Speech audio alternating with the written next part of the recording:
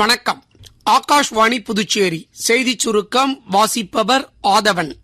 குடியரசுத் தலைவர் திருமதி திரௌபதி முர்மு 5 நாள் பயணமாக பீகார், மத்திய பிரதேசம், குஜராத் ஆகிய மாநிலங்களுக்கு இன்று புறப்பட்டுச் செல்கிறார்.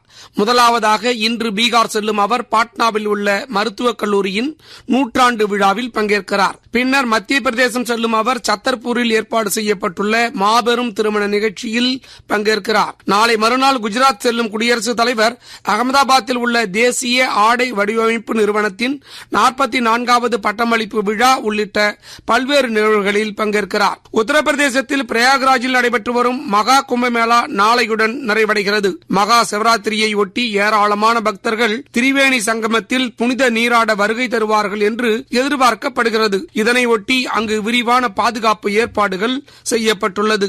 மேலும் பிரயாக்ராஜில் அடிப்படை வசதிகள் உள்ளிட்ட பல்வேறு வசதிகள் மேற்கொள்ளப்பட்டுள்ளன. ஊர்காவல் படையினர், தேசிய பேரிடர் மீட்பு படையினர் உள்ளிட்ட பல்வேறு நிர்வாக குழுக்கள் தயார் நிலையில் உள்ளன.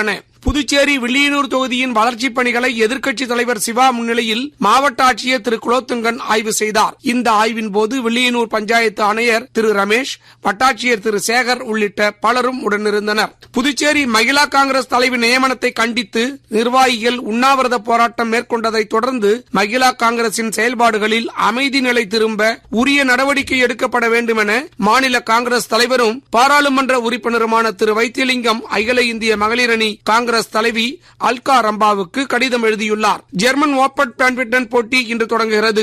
மல்ஹீம் நகரில் நடைபெறும் இப்போட்டியில் ஆடவர் இரட்டையர் பிரிவு முதல் சுற்று ஆட்டத்தில் இந்தியாவின் பிருத்வி கிருஷ்ணமூர்த்தி, சாய் பிரதீக் இணை இங்கிலாந்து இணையை எதிர்கொள்கிறது. இத்துடன் இந்த செய்திச் சுருக்கம் நிறைவு பெறுகிறது. எமது அடுத்த செய்தி சுருக்கம் நண்பகல் 12 மணிக்கு.